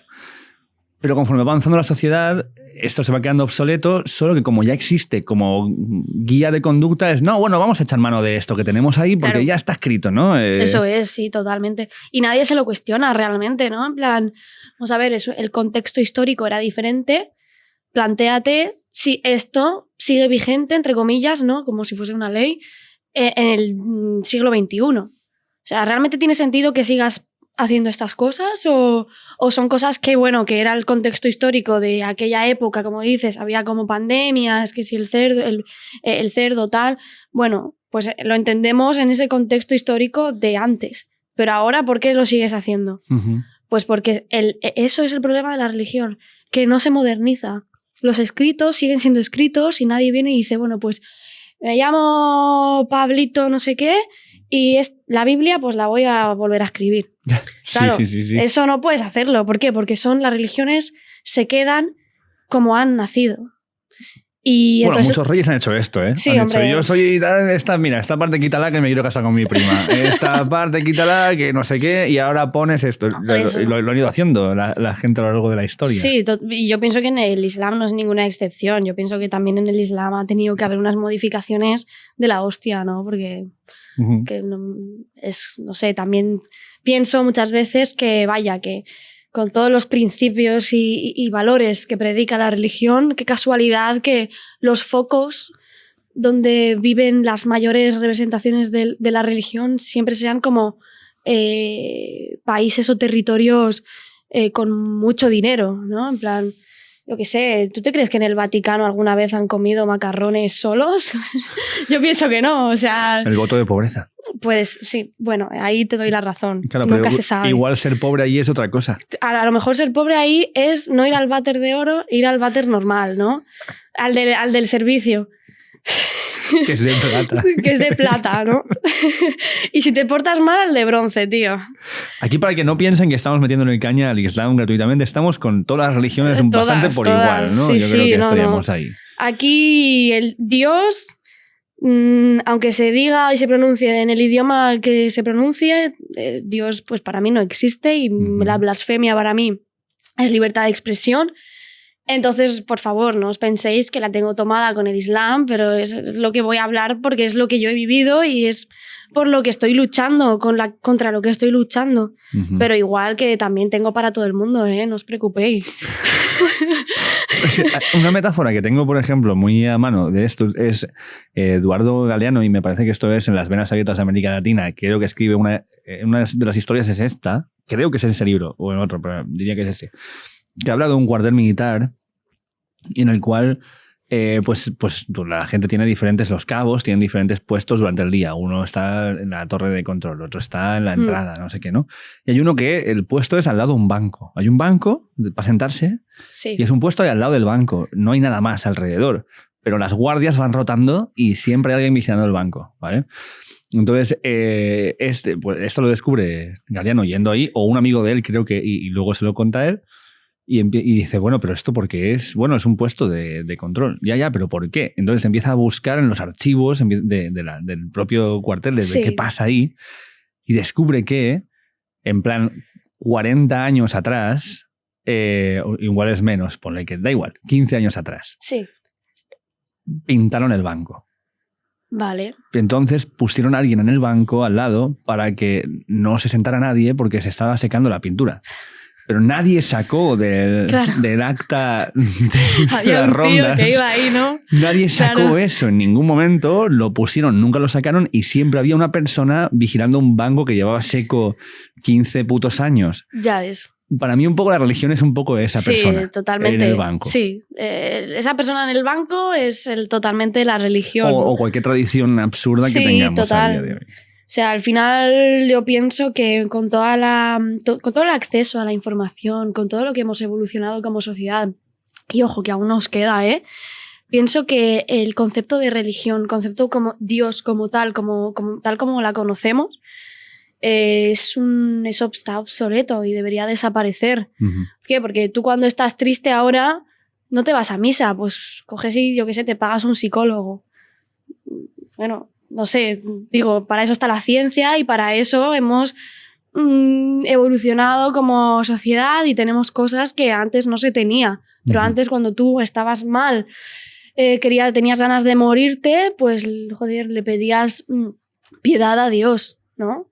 Dios, ayúdame, tal. Pues ahora no, pues ahora cuando estás mal, eres consciente de que estás mal por estas cosas, y que la muerte, la vida después de la muerte no te va a traer felicidad. Bueno, esto es un ejemplo que no sé cómo expresarlo, pero es que al final la religión sirve para eso, para confort. Es como la típica... ¿Ves cuando te dan un abrazo cuando estás mal, que te dan como la típica palmadita? Pues eso es la religión. La religión es esa palmadita. Ea. Venga, vamos, chaval, crack, máquina, ¿no? Pero todo esto que estamos hablando, y más viendo desde el punto de vista de donde lo estamos hablando, de la apostasía y de la renuncia a la religión islámica, me imagino que mucha gente lo puede llegar a entender como islamofobia. Sí, pero es que si mi discurso... Si yo lo que denuncio, que es el Islam, como religión y como idea y como dogma, si mi crítica es considerada como islamofobia, pues yo no tengo ningún reparo de decir que pues seré islamófoba entonces. Pero si ellos piensan que la islamofobia es el rechazo a los musulmanes, entonces yo ahí pues no estoy de acuerdo. Porque, o sea, tú vas más al concepto y a la institución que al individuo. Claro, yo tengo relación con muchas personas que creen en Dios, ya no solo en el Islam, sino en muchas religiones, tanto monoteístas como politeístas, y yo no voy a ser quien para decir, mira, ¿qué dices? ¿Que crees en Jesucristo? Pues a mí no me hables. Pues no. O sea, pues son personas normales y corrientes y tienen todo el derecho a creer en Dios, igual que yo tengo el derecho a no creer y a criticarlo. O sea, la libertad de culto es una libertad como otra, como mi libertad de expresión. Entonces, aquí hay que diferenciar a las personas como yo, que tenemos este discurso, que no nos estamos metiendo con los musulmanes. Si yo, cuando pasan desigualdades o agresiones a personas musulmanas, pues yo lo veo mal y los defiendo y salgo para luchar por su libertad de ser quien quieran ser y de ponerse lo que quieran ponerse. Pero una cosa es decirme que estoy atacando una religión, que es verdad, y otra cosa decirme que estoy atacando y discriminando a unos individuos. No. Porque, ¿sabes la diferencia? Que las personas tienen sentimientos y tienen derechos, pero las ideas no. O sea, a mí no me va a venir un señor llamado Islam a decirme que se ha ofendido. ¿Por qué? Porque es una idea, es algo abstracto, no es una persona. Entonces ahí nos podemos permitir criticar, nos podemos permitir incluso atacar, pero lo que no se puede permitir es que las personas, los individuos que creen en esta religión sufran ataques o agresiones o discriminación. Entonces esa es la diferencia, que yo ataco la religión porque nadie va a venir a decirme, tú que me estás ofendiendo, párate, ¿no? Entonces, ¿y cómo es al revés? ¿Cómo es desde los individuos que pueden procesar esa religión? ¿Cómo es ese mismo respeto que tú procesas hacia esta gente al revés, hacia ti, como apóstata? Pues mayoritariamente no hacen lo que yo hago. O sea, yo les respeto como persona y como personas creyentes, pero ellos no me respetan a mí. Ellos no, o sea, no tienen, en su cabeza no hay cabida al hecho de que una persona haya nacido musulmana, haya llevado el velo y que ahora sea así y como es. Atea, con tatuajes y viviendo la vida. Para ellos esto no puede existir. Y además, si le añades que encima doy entrevistas y que hablo y que tal y que... pues se les explota la cabeza. Yo recibo todos los días amenazas. A mí me han llegado a seguir hasta la puerta de mi casa en el Raval. Joder. O sea, yo jamás he seguido a ningún musulmán ni a ninguna musulmana. Entonces, para que veas la diferencia. O sea, es como no te vamos a permitir que mancilles nuestra religión. Hostia, pues yo cuando hablo, yo qué sé, de Marvel, que justamente el otro día me fui a ver Spider-Man, si yo me pongo a decir Marvel es una basura, no sé qué, nadie me va a venir a seguir a la puerta de mi casa a decirme tú qué dices. Pero cuando hablo de la religión, sí. Entonces, el problema a lo mejor sí que lo tiene la religión, ¿no? Y a lo mejor el problema es el dogma. Entonces, esta es la diferencia, que las personas piensan que al atacar una religión les estás atacando a ellos mismos. Y Pues no. claro, porque es parte de tu identidad. Claro, pero a mí me viene alguien a decir, este grupo es una mierda, el punk es una mierda, incluso si me dicen tú eres una mierda, pues hostia, no te voy a seguir a tu casa o te voy a amenazar todos los días por internet, ¿sabes? Claro. Es que ahí va, que al final la religión hace de ti una persona dependiente a esta y te hace pensar que debes defender la religión. No, tú no eres nadie, tío. O sea, defender la religión fue en el siglo I, en el siglo VIII, en el siglo X, cuando se iba a la guerra por la religión.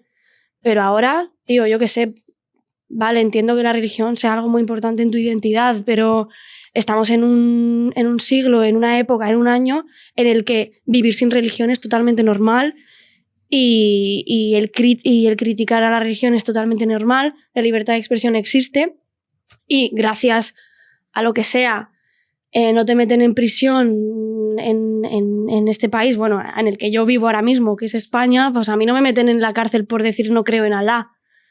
Y entonces, pues, joder, vamos a apreciar esto y vamos a intentar vivir en sociedad y ya está, tú practica tu religión, que yo practicaré mi libertad de expresión y no tienes por qué sentirte ofendido. Es simplemente libertad de expresión. Y esto entonces, cuando ya te mudas del todo, te vas de casa, la ruptura es directa, ¿la comunicación con tu familia cómo es o en qué se convierte? Cesa. Sí, cero. ¿Totalmente? Totalmente. Claro, yo empecé de cero. Cuando te digo que las Pero chicas ni como de yo... vez en cuando, ni... Nada. O sea, nada. Cero. O sea, cuando te digo cero es decir, de un día estar durmiendo en tu casa con tu familia y al otro día vivir como si no tuvieses padres o como si no tuvieses hermanos. Porque ¿cuál es la consideración de ellos para contigo? En plan, ¿qué es lo que piensan de mí? Sí. Pues piensan que me han comido la cabeza los judíos ateos comunistas, Que es ese grupo, palabras textuales. Ese grupo claro. inactivo, sí. Judíos, ateos, comunistas. Exactamente, son mis colegas. Todos mis colegas son judíos, ateos y comunistas. Claro, si claro. te falta alguna, no eres mi amigo. No, hombre, normal, es que si no, exactamente. hay que saber elegir. Eso es. Y bueno, y que algún día pues volveré al camino correcto y que lo que hago pues es una etapa, una fase de rebeldía del adolescente, de la nao adolescente y que bueno, y que ellos, claro, porque ellos, mis padres, bueno, mi familia en general, solo vio la vida que yo tenía en mi casa. O sea, ellos no se percataron de quién yo era realmente, porque la segunda vida que yo llevaba, ellos jamás la vieron. Claro. Entonces, para ellos fue un shock de decir, hostia, mi hija, vale, yo tenía problemas con mi hija o con mi prima o con mi sobrina, quien tú quieras. Y, hostia, de la noche a la mañana se pira de casa, mira cómo se viste ahora, qué pintas lleva, qué lleva en la piel. Y para ellos fue como, hostia, digerir cosas, ¿no? Porque, claro, ellos no vieron el proceso. Ellos no vieron cómo yo iba construyendo mi identidad y mi personalidad. Ellos veían lo que yo quería que ellos viesen. Es lo mismo. Pues lo mismo, ¿no? Pues... Valen las dos. Pero entonces, a nivel de esto, ¿has notado la necesidad desde que empezaste tu proceso de apostasía de ir a terapia?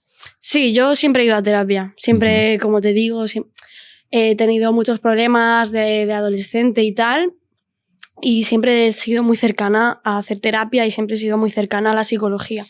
Entonces, sí, sí que es verdad que el haberme ido de casa y el haber sufrido esta ruptura tan fuerte, claro, me causó mucho malestar y desde ese momento como que valoro mucho la salud mental y por eso mismo es una de las claves de la Asociación de Exmusulmanes, que es crear una red de apoyo para esta gente, para que no se sienta sola, para que si necesita hablar, que hable y priorizar la salud mental, porque es muy importante, sobre todo cuando te vas de tu casa, que no tienes tiempo ni a sentarte 2 minutos a llorar, porque tienes que construir tu vida de nuevo y hay veces que se necesita hablar con una persona y que esa persona te diga te entiendo y que tú tengas la certeza de que te entiende porque ha pasado por lo mismo que tú. ¿Son similares todos los casos al tuyo de la gente que va a la asociación y al que ayudáis a pasar por ese proceso? Sí, la mayoría son mujeres. La mayoría son mujeres, luego el otro porcentaje restante serían hombres y dentro del porcentaje de hombres, la mayoría hombres homosexuales. Entonces, el porcentaje de hombres heteros es muy baja. Claro, como no va a ser baja si el Islam realmente es como siendo hombre casi ni lo notas. O sea, claro, es en plan de... Sí, ¿Discriminación? Bueno, ¿Qué discriminación? Claro, es que a un hombre no le va a afectar igual la religión que a una mujer. Pero sí, y cada vez hay más gente y cada vez recibo más mensajes de mucha gente y me pone feliz y al mismo tiempo me pone triste, porque me parece muy triste que este trabajo lo tenga que hacer yo, que es un trabajo que debería trabajarse desde las instituciones públicas y decir, oye, ¿qué está pasando? ¿Por qué estas personas jóvenes o estas mujeres, en mayoría mujeres jóvenes, están huyendo de su casa? ¿Qué podemos hacer para ayudarles? ¿No? Joder, pues ojalá existiesen leyes que nos amparasen o algo, porque yo cuando me fui de casa quise a ver si me podían dar, no sé, para empezar con mi vida alguna ayuda, no solo económica, sino yo qué sé, en una casa de acogida o ayudarme a volver a estudiar. Y dije, bueno, pues al ser víctima de violencia doméstica, a lo mejor pues me pueden ayudar. Entonces, cuando yo fui, me dijeron, no, tú no eres víctima de nada porque no has denunciado. Entonces, claro, aquí vienen muchas problemáticas, porque las chicas que se van de casa no van a denunciar a su familia. ¿Y qué denuncia van a poner? Denuncio porque soy apóstata y no me dejan salir del Islam. Eso no te vale, ¿sabes? Entonces, estaría, la verdad que lo ideal, ¿no? Sería tener esta ayuda de las instituciones. Pero mientras tanto solo nos queda la solidaridad entre nosotras y ayudarnos entre nosotras. ¿Qué ayuda podría ser por parte de las instituciones para ayudaros? ¿Cómo podría... La primera y la más importante, un lugar seguro para estas personas. Yo, estas chicas, la mayoría de veces las he acogido en mi casa, en mi propia casa, han dormido en mi cama y ha habido veces que yo que sé, que la chica sale a dar un paseo y se encuentra a alguien de su familia o se encuentra a alguien que conoce a su familia, entonces tú imagínate el pánico, ¿no? O sea, es que es una situación muy, muy jodida. Claro, porque ¿qué te juegas? Muchas cosas. Te juegas que a lo mejor te dicen así, te haces la valiente, pues para Marruecos, y de ahí no hay quien te saque, aunque tengas nacionalidad española, espérate sentada. O sea, ¿Pero cómo te llevan? Yo qué sé, pues te dicen, no tienes ningún... Es que no tienes ningún... No puedes decir no. ¿Qué vas a decir? No. Sí. No. Pues sí. No sé. Yo, para mí, el decir no en mi casa era como hablarle a la pared. No, que sí, que te estoy diciendo que sí, y ya está. Entonces, eso que al final te infantilizan. Te ven como una niña, te ven como esa bebé que hay en casa y hasta que no se case, pues no puede ser independiente. Y dependes toda tu vida de tu familia. Entonces, claro, lo principal sería un espacio seguro para que la persona tenga el tiempo de realizar lo que está pasando, de decir, vale, hostia, me acabo de ir de casa de mis padres, tengo que empezar mi vida desde cero. Luego, pues, te estoy hablando de lo ideal. Ayuda psicológica. Sí. Y ayudar a estas personas para que construyan una vida en la que puedan ser libres, ¿no? Porque es muy duro. Yo, o sea, y sé que pasa mucho y que no hace falta pasar por lo que he pasado yo para estar en esa situación, pero yo he estado trabajando de noche, estudiando de día, teniendo 2-3 horas de sueño y ni siquiera me he dado el derecho a mí misma a coger un día y llorar en mi cama porque era lo que me apetecía, pero no podía. No podía, ¿por qué? Porque tenía unas facturas que pagar, tenía que valerme por mí misma y no tenía a nadie más. Entonces llega un momento que tu cabeza explota. Entonces ahí es la importancia de la salud mental en estos casos, en todos, pero en estos casos también es importante y no tiene por qué haber un papel que diga que te han machacado toda tu vida para que se tenga en cuenta tu palabra. Esto es totalmente injusto. Y en la asociación pues es lo que intentamos. Intentamos pues que estos primeros pasos que te he comentado se hagan, ¿no? Y hay una organización que nos ayuda mucho que es Valentas y Acompañadas de Girona. Y la verdad es que hacen una labor increíble, son geniales. Y si no fuese por ellas, muchas chicas estarían en la calle, estarían sin nada.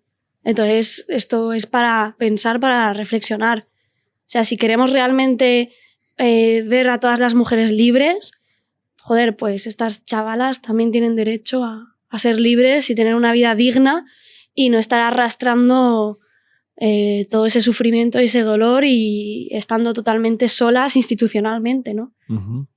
Y por eso estamos aquí.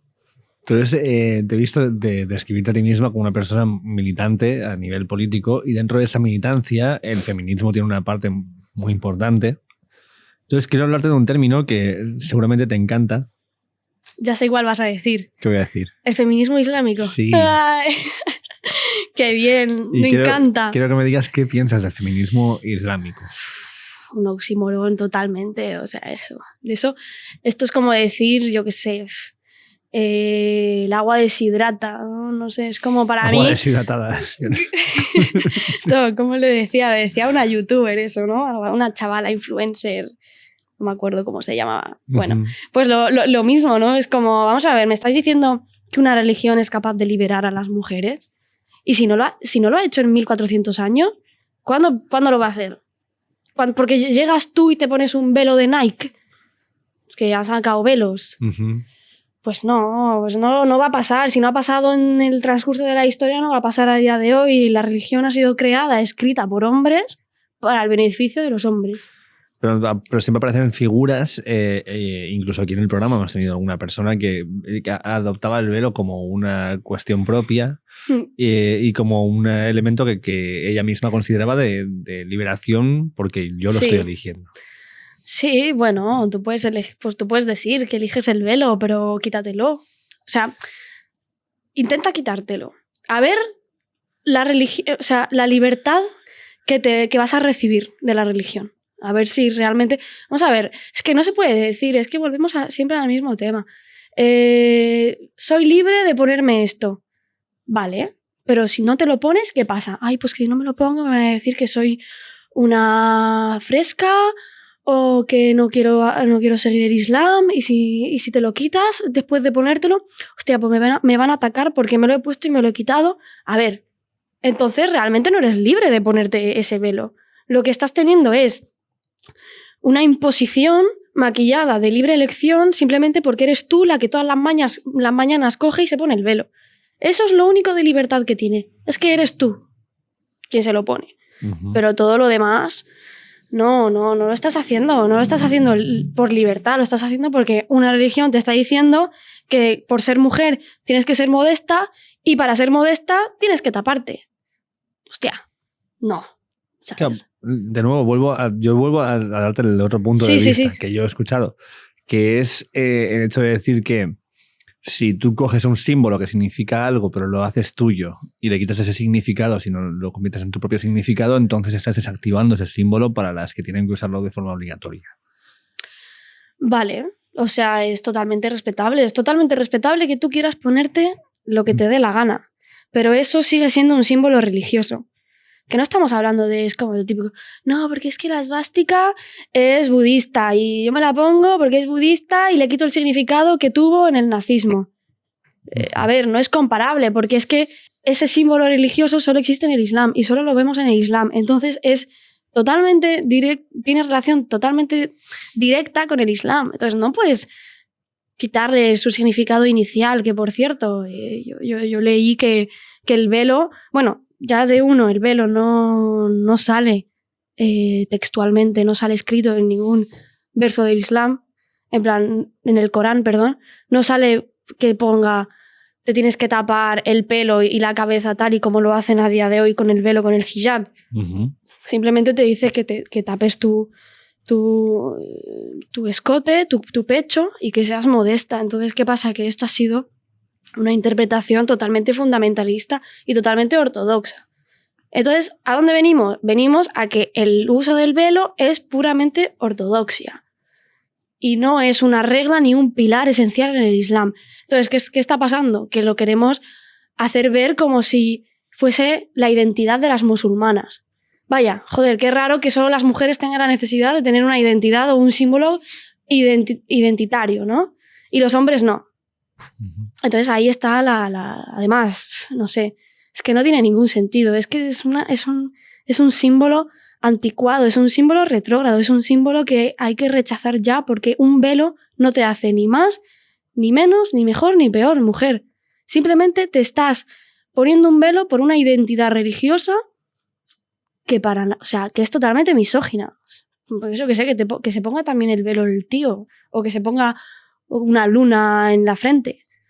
No, es que al final es eso. Yo he visto gente compararlo, a personas musulmanas compararlo con el maquillaje, que el maquillaje también no es impuesto, pero la sociedad un poco te lo impone y que si eso está aquí, te estoy hurgando ahí donde hay cosas. Adoro este argumento. ¿Sabes por qué? A mí siempre me dicen, es que no, tía, el velo, entonces criticas el velo, pero tú te maquillas y también es una imposición misógina y patriarcal. Vale, pero a mí en cuántos países me meten en prisión o me ponen multas por no querer maquillarme o por maquillarme. En cero, que yo sepa. Pero existe países musulmanes, bueno, países donde la mayoría son personas musulmanas. Es que ha ido en países Sí, musulmanes, ¿eh? Es que cuando me meto en este discurso...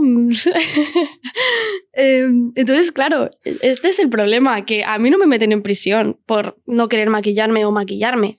Pero a ti hay países en los que si te quieres quitar el velo te meten en prisión. Y existe un movimiento a día de hoy en Irán. Es que fíjate qué ironía, ¿no? En plan, Qué iranía. qué Irán. Ya, perdón. Me encanta. Tenía Esa que me la hacer. voy a anotar y voy a decir que es mía. Vale, perfecto. No hay pruebas, así que... Vale, perfecto. Esto luego lo borráis y Sí. como si nada hubiese pasado. Pongo ahí un... Ahora es cuando lo repito. ¡Qué iranía! ¿Eh? Es como en Irán existe un movimiento que es el White Wednesdays, ¿no? Los miércoles blancos, que es donde las mujeres salen a la calle y se quitan el velo a modo de protesta. Uh-huh. ¿No? Fíjate que en un país donde te encarcelan por quitarte el velo, hay mujeres luchando por poder quitárselo. Y aquí tienes a Nike, a Adidas, a no sé quién, a fulanito, promoviendo el uso del hijab. Entonces, ¿qué pasa? Que el feminismo islámico al final se ha vuelto como otra herramienta de marketing de las grandes marcas, porque saben que esto vende más, es otro público y ya está. Y al final es eso. Es un movimiento que no tiene ni pies ni cabezas y que se está comercializando y que vamos al foco del... A este hombre me quiere emborrachar, ¿eh? O sea, este me va trayendo cervezas. Claro, como no veas si me la acabo, ¿no? Bueno, perdón. No te preocupes. Te estoy poniendo los dientes largos. Si tú sí quieres, pues, o sea, tú sabes que está en tu mano. Que es lunes. Vale. Además, en mi trabajo ya saben que vengo aquí. Uh-huh. Entonces, si mañana no voy, ya van a saber que ha sido porque hoy me he emborrachado. Ah, bueno, vale. Pues, entonces, hay que... Sí. Pregunta que me viene a la cabeza con todo lo que estamos hablando. Como activista política en España en el momento en el que vivimos, ¿cuál es tu relación con la izquierda? Porque hay una fobia por parte de la izquierda de denunciar los problemas de desigualdad dentro del Islam en nuestra comunidad. O sea, sí. ya no diría un problema, sino hay una evasión totalmente y evitarlo de todas las formas posibles, ¿no? Entonces, no sé cómo te encuentras identificada dentro de... Mira, yo tengo una anécdota. En febrero del año pasado, justo antes del COVID, una compañera mía uh-huh. y yo fuimos a Girona, al Casal del Fort, para dar una charla, ¿no? La charla era el Islam y la izquierda. Vale.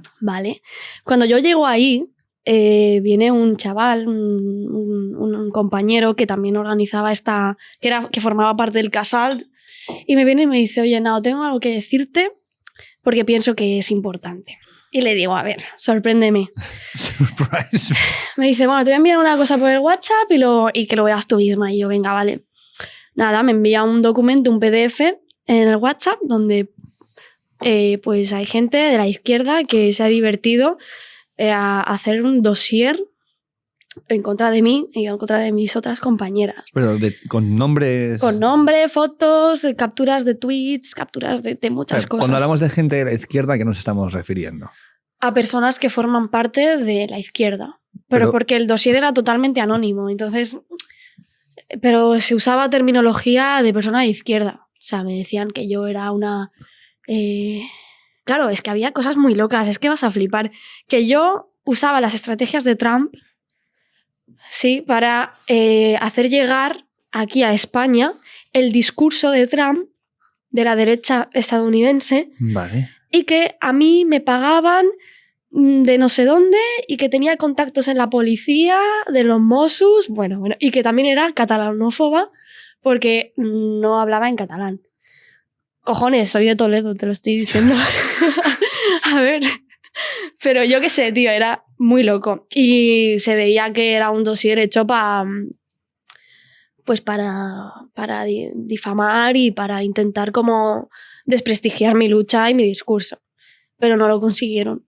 Porque yo soy una persona que siempre he sido muy abierta con mi ideología y nunca he tenido ningún reparo en expresar que formo parte de la extrema izquierda Y si mi discurso pues piensan que es de persona de derechas, pues que se den un repasito por la historia, porque hay personajes ideólogos que ellos mismos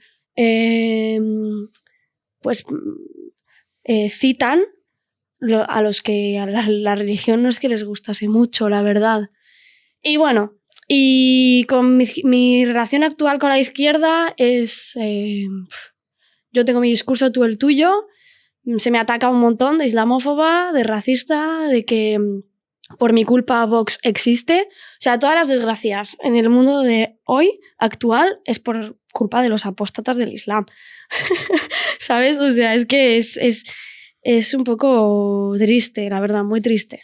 Muy triste. Yo de eso pensaría que hay una relación más directa entre la existencia de partidos más nacionalistas y más excluyentes con la radicalización de los pensamientos religiosos de cierta gente que, bueno, y por decirlo con lo que estamos hablando ahora, ¿no? Del Islam en España, porque si te están rechazando por ser algo, lo único que te queda es abrazarte a ese algo por lo que te rechazan para identificarte, ¿no? Y quizás esto genera ese efecto rebote. Sí, totalmente. Por ejemplo, como hablábamos de Francia, Francia es un claro ejemplo de estos fenómenos del comunitarismo y de decir, hostia, pues si no me quieren, pues me voy a juntar solo con los míos, y eso nunca, el comunitarismo nunca llevó a nada positivo.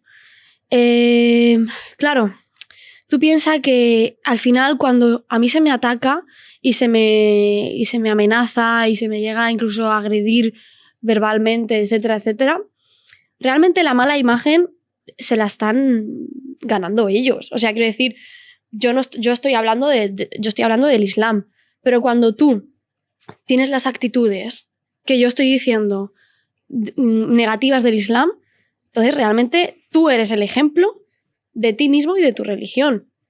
O sea, por ejemplo, lo que pasó este año, creo que fue este año o el año pasado, es que el tiempo pasa tan rápido que ya... Y con pandemia ni te cuento. Totalmente, con el profesor francés. Esto fue el año pasado, yo creo. Samuel Paty. Sí.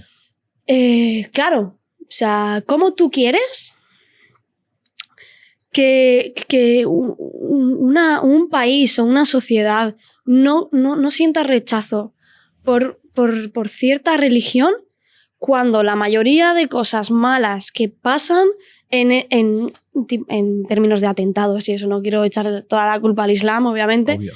Pero en estos últimos años la mayoría de atentados que ha habido en el mundo ha sido de grupos que profesaban el Islam. Y no pueden decir, no, porque eso no lo dice el Islam. No. Vamos a ver, vamos a ser sinceros por una vez y vamos a hacer un poco de autocrítica. Y claro, el Islam, porque claro, era en el contexto histórico de ese momento donde la guerra era normal y degollar a una persona porque no estuviese de acuerdo contigo era normal, pero a día de hoy no es normal. Entonces, deja de decir que el Islam no dice eso porque sí lo dice. Lo que pasa que estaba aplicándolo en otro contexto histórico. Textualmente. A ver, el Islam habla súper mal de las personas que no creen en Dios. O sea, no sé si sabes que... Bueno, no lo sabrás seguramente. Hablo como si tú también fueras una apóstata del Islam y lo supieras todo, pero... No, claro que no. Sé que doy esa impresión, pero no lo soy. El profeta Mahoma, por ejemplo, mandó degollar a una comunidad que se llamaba Lot, que practicaban la sodomía. Y él mismo, como cuenta en los hadith, que son como cuentos del profeta, dice como él mismo degolló a uno de ellos. Y aquí es donde se basa la homofobia de la gente. ¿Ves la relación de lo que pasa en un pasado y lo que se hace en un pasado? Cómo la gente a día de hoy lo sigue aplicando.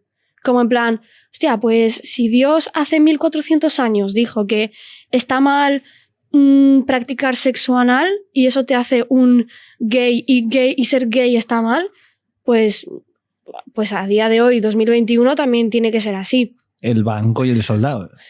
Claro, sí, eso es, el banco y el soldado. Que nadie se sienta aquí.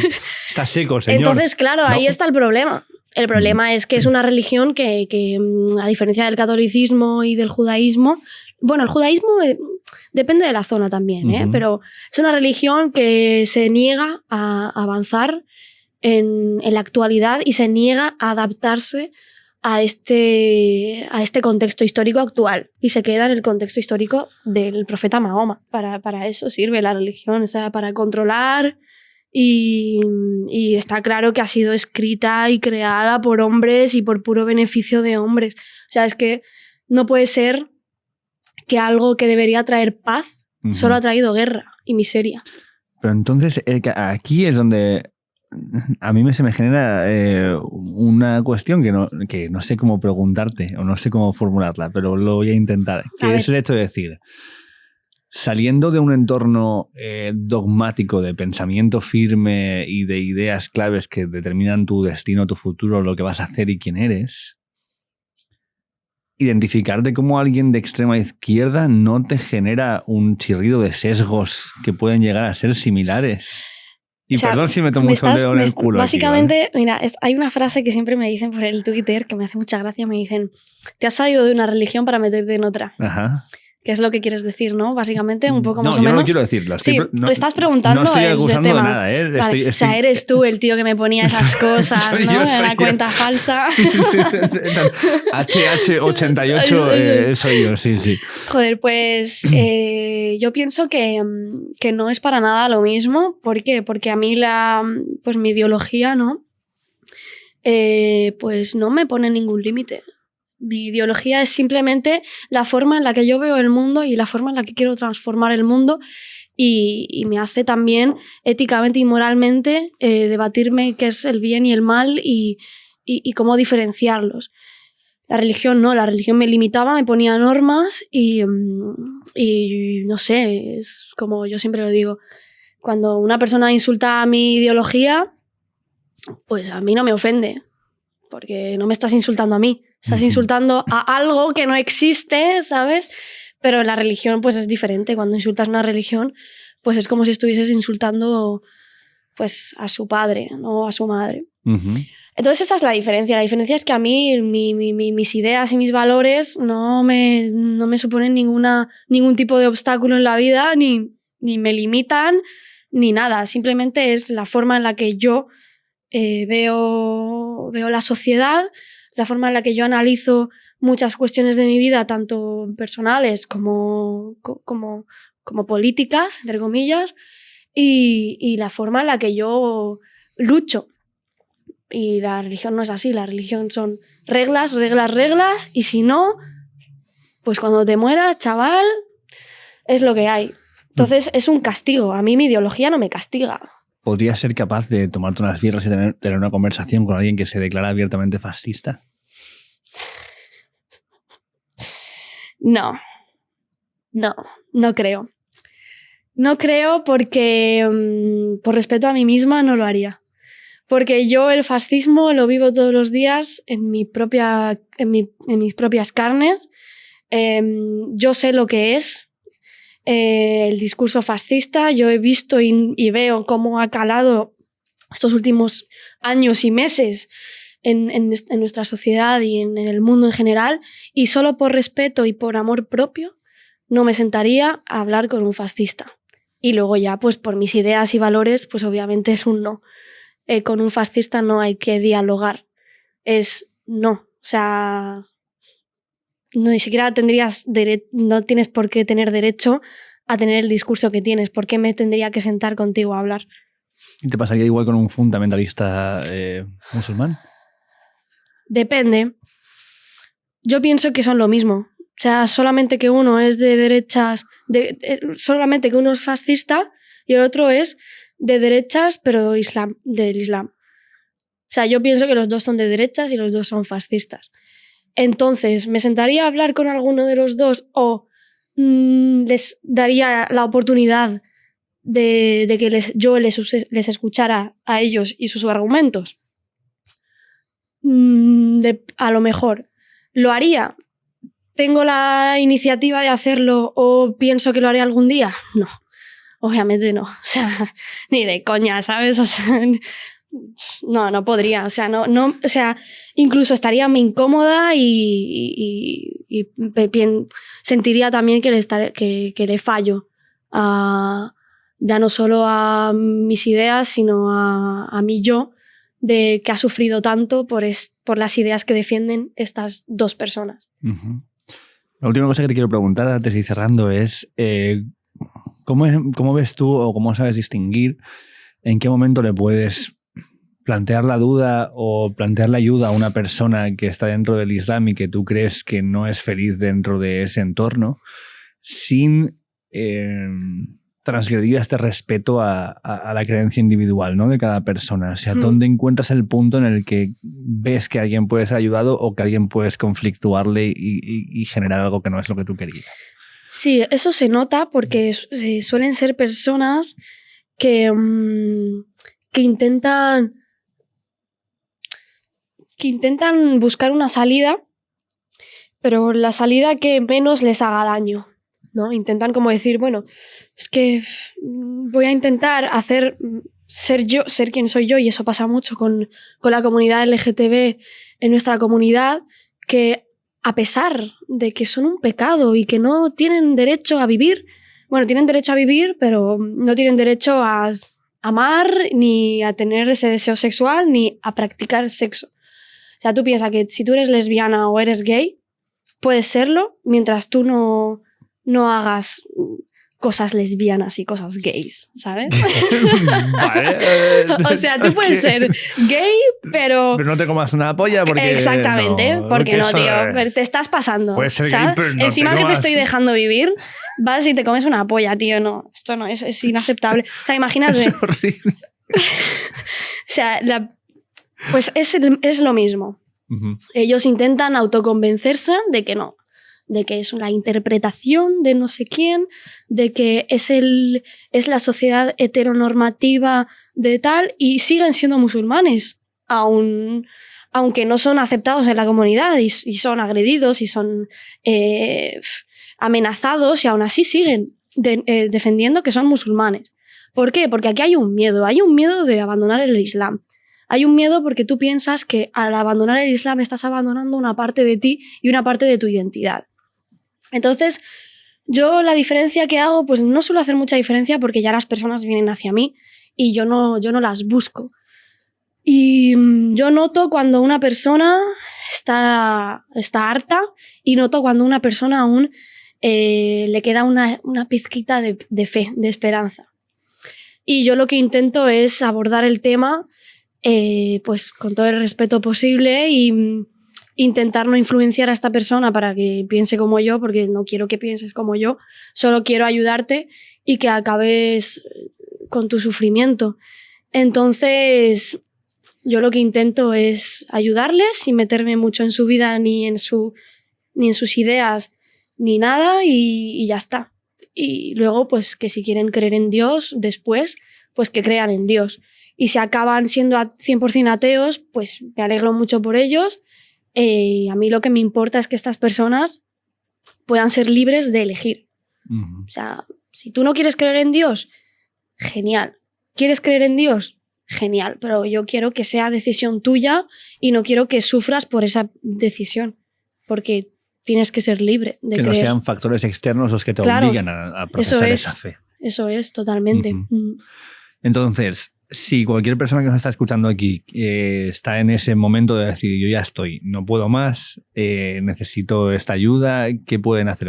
Yo creo que aquí abajo en la descripción del vídeo vamos a dejar el enlace de la página web, pero igualmente, no sé, explícanos un poco qué podrían hacer. Bueno, yo lo que os recomendaría primero es, si estáis sufriendo algún tipo de maltrato, porque suele ser lo habitual, sobre todo comunicarlo con alguna persona de confianza y apoyaros en alguien. ¿Denunciar?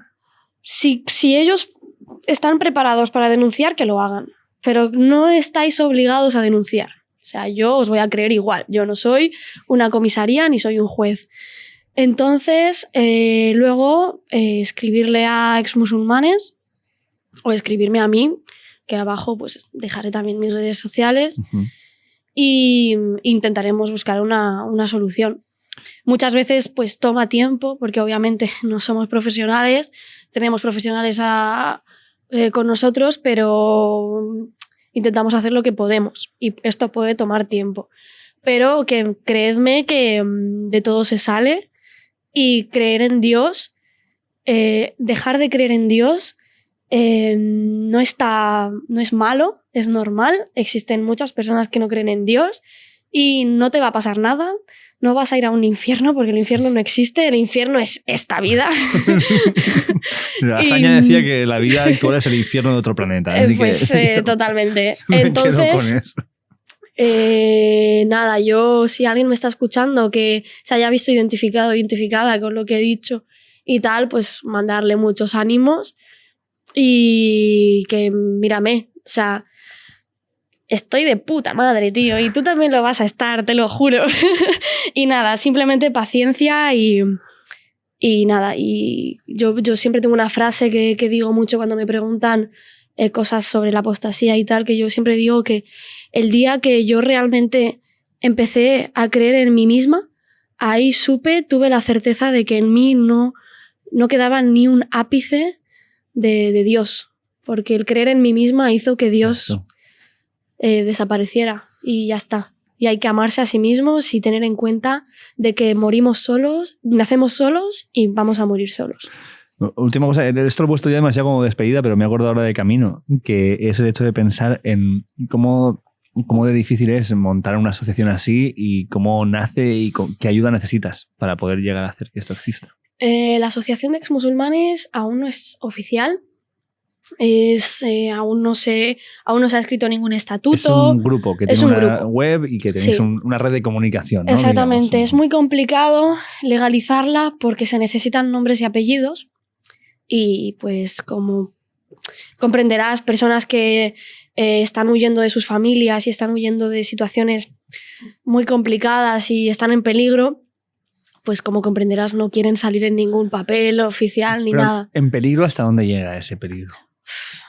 Yo tengo casos de gente que ha pasado cosas muy chungas, muy, muy malas. No, porque ¿qué dice el Corán respecto a la gente que abandona la religión? Pues que no merecen vivir y que la apostasía está condenada por pena de muerte. Entonces, claro, ¡hostias! Si eres una persona que cree mucho en Dios y que eres fanático de Dios, pues a lo mejor te flipas un poco y se te va un poco de las manos. Eso o sea, cada vez que te expones, como ahora, como están aquí, sí. Y el saber el día que se publica esto y tal, ¿no te da miedo? Antes sí me daba miedo, pero ya no. Ya no me da miedo porque y esto va a quedar como súper poético y voy a quedar como una flipada, ¿no? Pero este es el lugar. Estás en el lugar de fliparse. Aquí lo hacemos todo el rato. Yo, si sigo haciendo esto después de todo lo que he pasado y después de todas las amenazas y después de todo lo que sufro por esta mierda, porque créeme que es muy agotador también, yo lo hago por las personas que estuvieron con... Yo pasé por todo eso, yo sé lo que es. Y yo quiero ser la persona que yo necesitaba tener en esos momentos. Yo necesito ser esa persona, esa imagen de decir, hostia, una persona como yo, no estoy sola. Existe la gente como yo y no es raro y no eres una rarita o estás fallándole a alguien o tu vida se acaba.